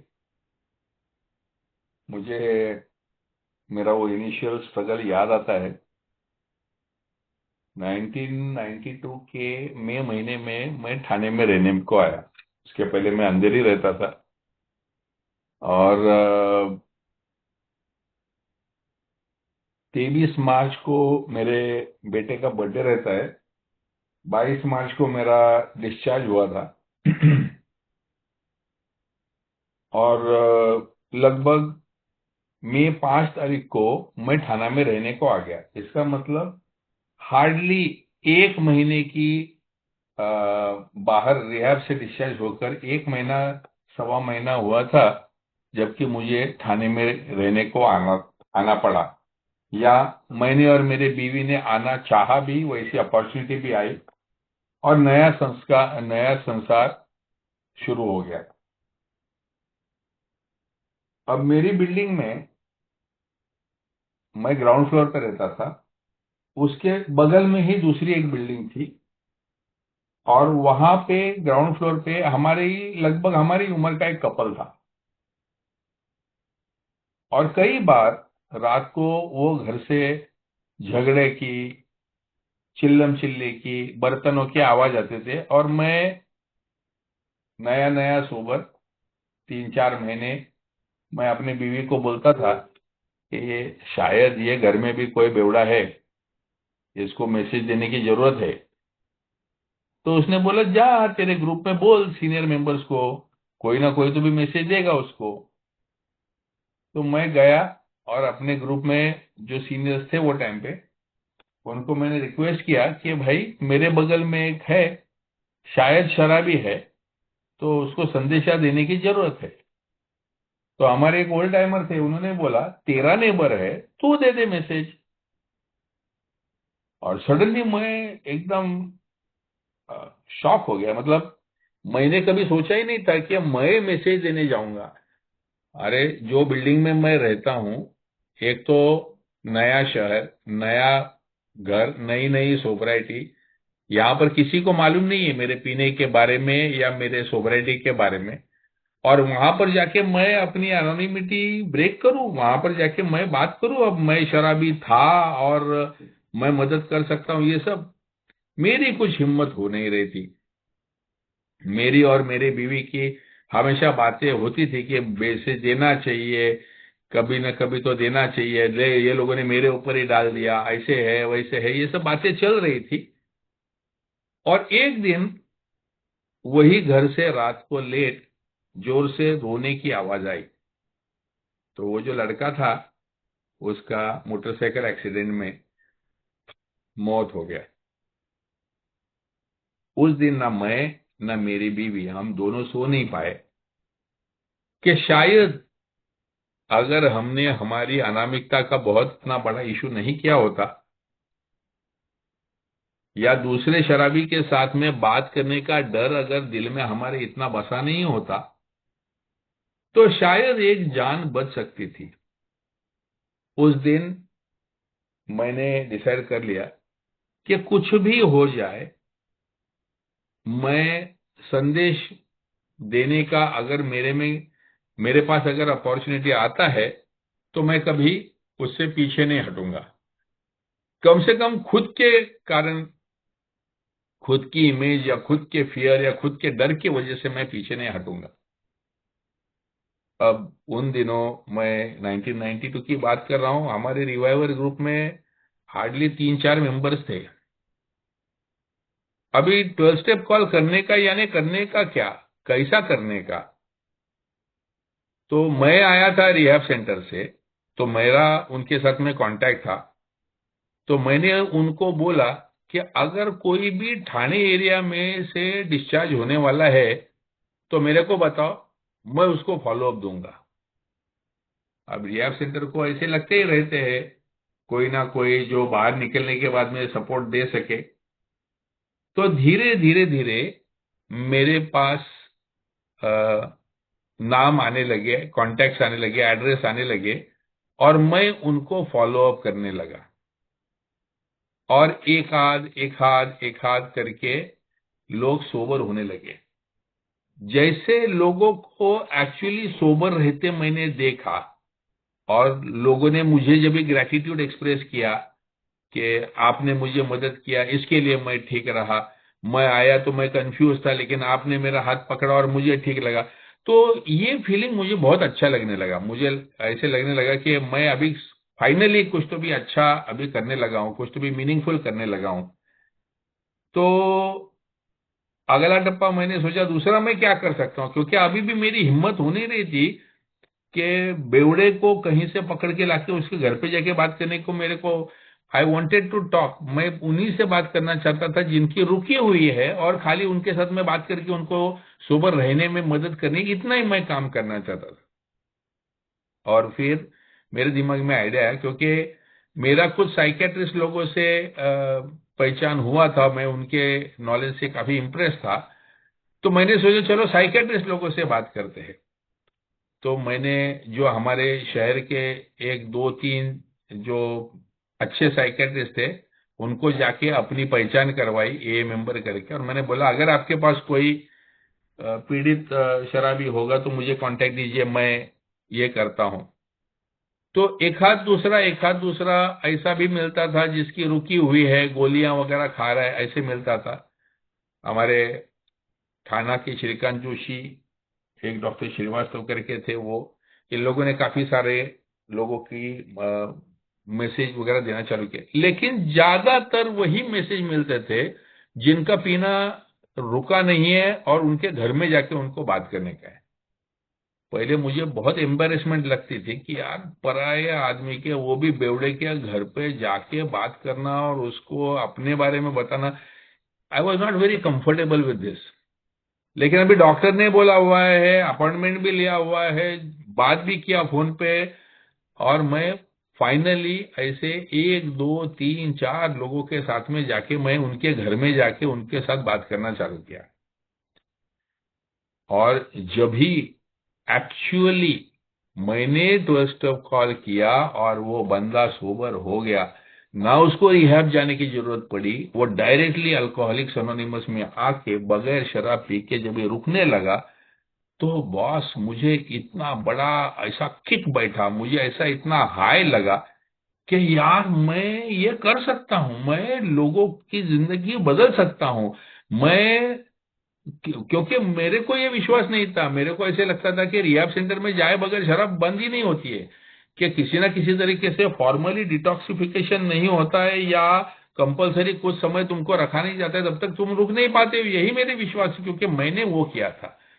लेकिन जब भी मेरे ही बात करने के बाद में लोगों को मैंने रुके हुए देखा, it was an amazing feeling. वो जो फीलिंग था कि और करो, मैं और लोगों से बात करूं, कहां से लाऊं, कहां से डिटेल्स कलेक्ट करूं, कहां से मेरे को कांटेक्ट मिलेगा, कहां से मैसेज मिलेगा। ये जो फीलिंग है, वो जो वो पीड़ित शराबी के साथ में बात करने की एक प्यास जैसे लगती है कि कहाँ मिलेगा, कहाँ मिलेगा, कि इसका भाई है, उसका परेशान, उसका पहचान वाला इसके कंपनी में काम करता है। अभी जो मेरे मन में जो संकोच था वो पूरी तरह से हट गया था। मेरे मेरे को कैसा ट्रीटमेंट मिलेगा उसके बारे में फीलिंग, क्योंकि एक दो ऐसे किस्से भी हुए मेरे साथ। मेरे को किसी ने घर से बाहर वगैरह नहीं निकाला, फॉर्चुनेटली मेरा अनुभव वैसा नहीं है। कुछ लोगों को वैसे भी अनुभव हुआ है, क्योंकि मैं यूजुअली कुछ ना कुछ रेफरेंस लेके या फोन करके या अपॉइंटमेंट लेके इस प्रकार से जाता था। तो मेरे को किसी ने आउटराइट घर से बाहर वगैरह नहीं निकाला। लेकिन कई बार ऐसा हुआ है कि बहुत अच्छा संदेशा दिया और मुझे लगा ये 100% सोबर होने वाला है और वो बंदा नहीं सोबर हुआ। मुझे एक किस्सा याद है। एक हमारा मेंबर, बार बार स्लिप होने वाला मेंबर था। उसको हम लोगों ने कलवा हॉस्पिटल, वो टाइम पे अफोर्डेबल एक ही था, कलवा हॉस्पिटल वार्ड नंबर 14 में हम लोग जाके वो जमा कर देते थे उसको और उधर डिटॉक्स करवा देते थे। तो एक ऐसे ही बेवड़े को, अपना बार बार स्लिप करने वाले बेवड़े को हम लोगों ने कड़वा हॉस्पिटल में भर्ती कर दिया और मैं जाता था उसके साथ में, बेड पे बैठ के उसके साथ में बात करता। अभी वो अल्कोहलिक वार्ड ही था, यानी वहां पर जो भी बेवड़े या ड्रग चर्सी वही लोग वहां पर एडमिट हुआ करते थे। तो मैं जब भी देखा कि अगल बगल वाले फैमिली मेंबर्स और बेड वाले भी जरा थोड़ा सा कान देख के सुन रहे, तो मैं थोड़ी सी आवाज बढ़ा दिया और मैं थोड़ी सी बड़ी आवाज में वो जो बेवड़ा जिसको हमने एडमिट कर दिया था उसको मैंने ये कार्यक्रम ये वो इसके बारे में बात करना चालू कर दिया। वो जो जिसको मैंने एडमिट किया था, कई बार फॉलो अप किया था, रिहैब में डाला था, वो तो सोबर हुआ नहीं, लेकिन उसके बाजू वाले बेड में बैठा हुआ एक फैमिली बड़ा कान दे के सुन रहा था। और अगले दिन जब भी मीटिंग को मैं गया, और अगले दिन यानी नेक्स्ट वीक में वो आदमी, वो जब भी डिस्चार्ज हो गया, वो उसकी पूरी फैमिली के साथ में मीटिंग में आया, 2-3 मीटिंग कर दिया और वो सोबर हो गया। यानी हम सोचते हैं कि हम कुछ कर रहे हैं, तो ऐसा नहीं है। हम जिसको चाहते कि मैं पूरा एफर्ट लगाया, पूरा पैसा खर्चा किया है, पूरा उसके ऊपर टाइम दिया है, ये आदमी को सोबर होना चाहिए, वो सोबर नहीं होता है। और कोई भलता ही जिसके ऊपर हमने एफर्ट भी नहीं लिया है, कहीं उड़ते उड़ते उसने कहीं सुना होगा, ऐसा सोबर हो जाता है। ये सभी जब मैंने देखा तो मुझे धीरे धीरे एहसास होने वाला कि मेरा काम सिर्फ संदेशवान है। जैसे हम लोग बोलते हैं ना कि एक सुपीक जमीन है, तो उसके ऊपर बीज डालने का काम सिर्फ मेरा है। कौन सा पौधा बनेगा और कौन सा बंजर जाएगा, ये अपने को मालूम नहीं रहता है, ये ऊपर वाले की कृपा है। उसने खाली अपने को उसका व्हीकल करके इस्तेमाल करना है। और वो जो भाव लेके मैं जाने लगा कि किसी की 12 स्टेप कॉल जाने के पहले एक सेरेनिटी प्रेयर लेने का और एक प्रार्थना कर देने की कि हे भगवान, मेरे में से तेरा जो भी है वो भला करवा, use me as your vehicle. तेरा जो भी काम है इसको ठीक करवाना है, या तेरी जो भी इसके लिए इच्छा है, वो मेरे से उस वक्त तेरी ग्रेस पहुंचाने का तू मुझे स्ट्रेंथ दे दे, तू मेरे को करेज दे दे। इस प्रकार की प्रार्थना करके मैं जाने लगा। तो जो भी थोड़ा बहुत झिझक होता था, थोड़ा बहुत डर रहता था कि ये कैसे रिसेप्शन मिलेगा, वो अपने को अंदर लेगा कि नहीं, वो रफली बात करेगा कि क्या एरोगेंटली बात करेगा कि सुन लेगा, ये सभी जो फियर्स है ना, एक दफा थोड़ा सा प्रेयर करके अपने कमजोर मन को थोड़ा सा बल देके जब भी अनोखे घर की बेल आप दबाते हो और जब भी आप बात करना चालू करते हो, तो हमें रियलाइज होता है, मतलब मुझे बार बार रियलाइज हुआ है कि वहां पर मैं जो बात करता हूं, मैं कोई कैसेट नहीं बजाता हूं, कोई प्री रिकॉर्डेड ऐसा मेरा कि ये डायलॉग डाल दिया। ऑटोमेटिकली इंस्टिंक्टिवली वो आदमी की मनस्थिति क्या है, उसका परिस्थिति क्या है, वो हमें समझ में आने लगता है। और हमारा जो स्पीच है, हमारा जो टोन है, हमारा जो लैंग्वेज है, हमारा उसके साथ में जो आंख आई कांटेक्ट है, ये ऑटोमेटिकली उस प्रकार का होने लगता है कि तुम्हारी जो एम्पैथी है, तुम्हारा जो प्यार है, तुम्हारा जो कंसर्न है, वो उस तक पहुंचने लगता है। और वो व्यक्ति तैयार होने लगता है अपने आंखों के सामने, उसका डिनाइयल ब्रेक होते हुए, डिफाइंस ब्रेक होते हुए, और वो सुनने लगते हुए, और वो पार्टिसिपेट करने लगता है, और उसको विलिंगनेस आने लगता है। और वो बोलती उसकी जब भी बंद हो जाती है, और वो ख्यालों में जब भी उलझ जाता है कि I think I need to go with these guys, इन लोग के साथ में शायद में जाना लग पड़ेगा, ये जब भी वो बदलाव उसके चेहरे में सामने दिखते रहते हैं अपने आप को। हम बोलते रहते हैं, लेकिन बदलाव सामने अपने आप दिखते रहता है। और वो जो अनुभव है ना, बड़ा स्पेशल गिफ्ट है। वो जो अनुभव है, हमारे सामने किसी के अंदर का भय, किसी के अंदर का क्रोध, किसी के अंदर का संशय मेल्ट होते जा रहा है, और उसके मन में वहां पर थोड़ी सी उम्मीद, थोड़ी सी इच्छा, थोड़ा सा होप, थोड़ा सा स्माइल, थोड़ा सा बोलने की इच्छा, ये उसके मन में जब भी पैदा होते अपने को दिखने लगती है, तो बड़ा ही स्पेशल एक्सपीरियंस रहता है। सो बिल डब्ल्यू जब भी यहाँ पर हमको बात करता है, तो बड़े डिटेल में उसने ये अनुभव कि भाई तुम मैसेज देने का काम करो, उसका सक्सेस होगा या नहीं, कौन सा सक्सेस होगा। क्योंकि खुद बिल का अनुभव ये है कि 6 महीने लगातार अलग अलग लोगों से बात करने के बाद में भी एक भी नहीं सोबर हुआ था। लेकिन जब भी खुद को बचाने के हेतु उसने एक डॉक्टर को संदेशा दिया था, संदेशा उसको देने के लिए नहीं बल्कि खुद को बचाने के हेतु उसने जब भी बात की थी, तो बात बन गई थी। सो वहां से वो जो ह्यूमिलिटी कि जब भी मैसेज देने को जाते हैं तो हम प्रोफेशनल्स नहीं है, हम ये एक्सपर्ट्स इन द फील्ड नहीं है, हम जानकार नहीं है, बल्कि हम भी फेलो सफरर्स है, खाली उसके 2 कदम आगे चल रहे। ये भाव जब भी चलता है तो वो व्यक्ति आकर्षित होता है और हमारी तरफ बढ़ने के लिए तैयार होता है। बस यही कुछ अनुभव मैं आपके साथ में शेयर करना चाहता। Over to you Chandu. Bhushan, एक छोटा सा एक्सपीरियंस शेयर करूंगा। श्योर। Sure. दोस्तों, मेरा 2011 में मैं रिहैब में भर्ती हुआ था, और 4 महीने हो चुके थे और मैं छूटने वाला था। तो मुझे कोई आइडिया नहीं था कि ये 12 स्टेप, उन्होंने बताया ये है, मीटिंग जाना है, बस इतना ही मालूम है। लेकिन किताब पढ़ा, लेकिन ये ग्रुप स्टेप्स और उसमें कोई मतलब बाहर का नॉलेज ही नहीं था। चौथे महीने में, एक हफ्ते पहले छूटने के, हैदराबाद में था, 2 बंदे आए रिहैब उससे। एक थे भूषण और दूसरे एक दादर के सीनियर मेंबर। और वो लोग आके अपना शेयरिंग करने लगे। और मैं थाने में रहता था, एक्चुअली मुंबई में, भर्ती हैदराबाद में किया गया था मेरे। तो मैं इनसे मिला और बोले कि ठीक है, आ जा। तो जब मैं एक हफ्ते बाद छूटा, तब तक दोस्तों, लाइक 2 साल मैं सिर्फ मुलुंड एरिया में रहता था, तो मुलुंड में ही पीना और वहीं के बार और वगैरह, थाने में कभी एक्सप्लोर नहीं किया क्योंकि मुझे बड़ा कॉम्प्लेक्स लगता था थाने, तो जाता ही नहीं था मैं स्टेशन के आगे। फिर जब भूषण का जब ये मैसेज मिला, तो मैं उनका नंबर लेके गया दोस्त। और पहले ही मीटिंग के दिन लकी जी भी मिले, और एक नया रास्ता मिल गया था दोस्तों। तब तक मेरे अंदर बहुत सारे इनहिबिशंस थे, डर था, वगैरह वगैरह। Am I audible? Yes of course. Yes. और एक नया ग्रुप ऑफ फ्रेंड्स जो बोलते हैं ना, वो मिल गया दोस्तों। भले ही मैं 6 महीने बाद रिलैप्स हुआ, बात अलग है, मुझे बैंगलोर में वापस नौकरी मिल गई, मैं बैंगलोर गया और रिलैप्स गया। लेकिन तब एक नया रास्ता दिख गया था, ये 12 स्टेपिंग टू। अदरवाइज वो रिहैब से छूटता में मेरे पास कोई दिशा नहीं थी दोस्तों, मेरे पास कोई दिशा नहीं थी तब।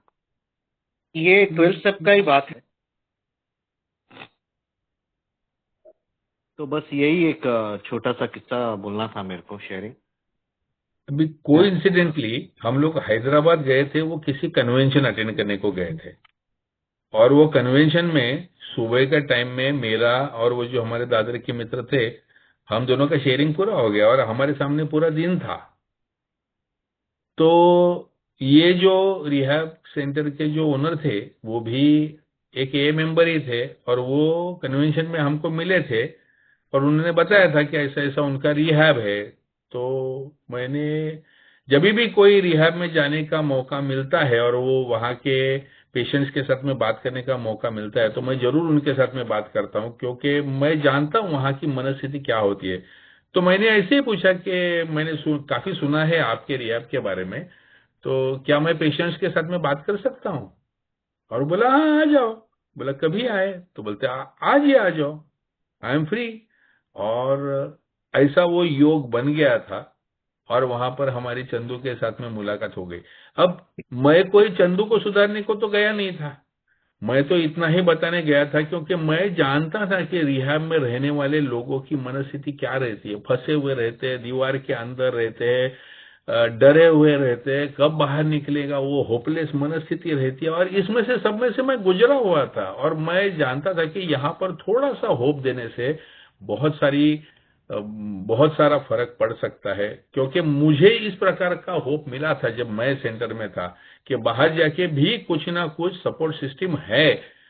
तो मैं अ, ये जो संदेश वहन का जो कार्य है, कि जहां जहां पीड़ित शराबी हो, वहां वहां अगर किसी भी प्रकार से आपने को अपना कहानी बताने का मौका मिला, तो वो जरूर करना चाहिए। आगे हम लोग बहुत कुछ इसके बारे में बात करने वाले। मेरे ख्याल से समय भी खत्म होने को आया, तो मैं यही अपने आप को रोकता हूँ। हाँ इनफैक्ट तो भूषण, चंदू, यस हम लकी जी। सभी की रिकवरी किसी न किसी की दी हुई सेवा के कारण ही होती है। हम सभी की रिकवरी, ट्रू। देखो ना, मुझे मैसेज दिया डॉक्टर डॉक्टर ने, और उस डॉक्टर के पास जाके किसी ए मेंबर ने ए के बारे में बताया होगा, उसको मीटिंग्स में लाया होगा, उसके साथ में संबंध स्थापित किए होंगे।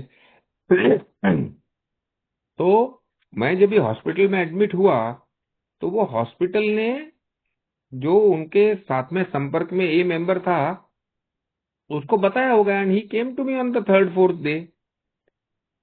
तो हम सबकी रिकवरी किसी ना किसी की सेवाओं पे ही निर्भर है, ये बात तो तय है।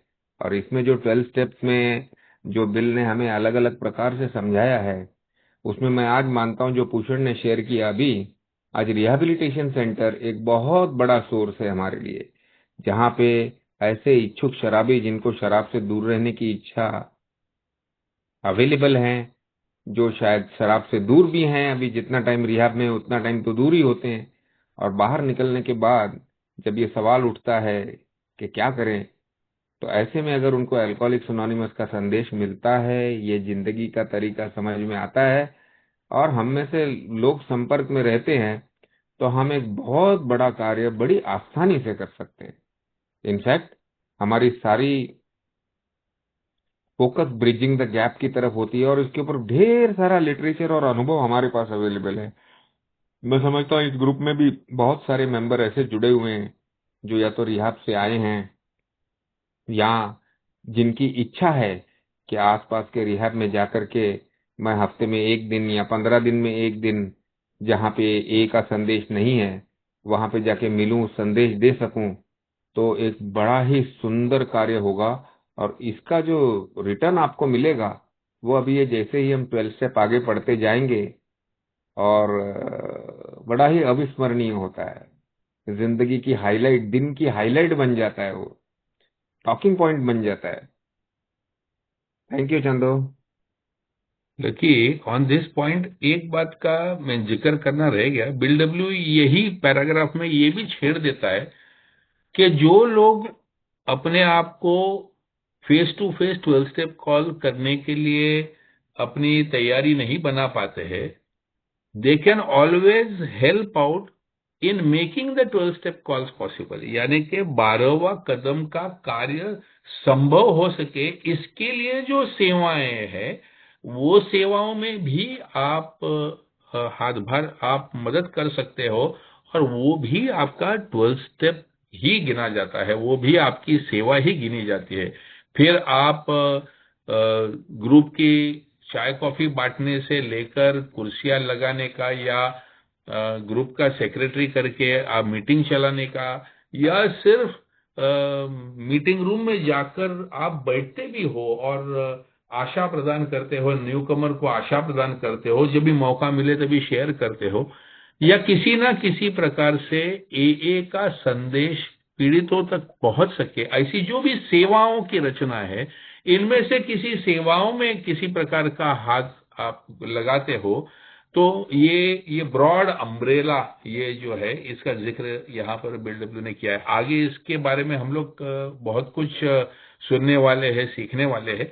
बट फिलहाल बिल डब्ल्यू ने 12वें कदम का जिक्र करते हुए ये सभी के बारे में बात छेड़ी हुई है। Over to you Chandu. Okay दोस्तों, मीटिंग का समय हो गया है आज, तो हम अगले हफ्ते शुक्रवार को 9 से 10:30 बजे कंटिन्यू करेंगे अपनी 12th स्टेप पे।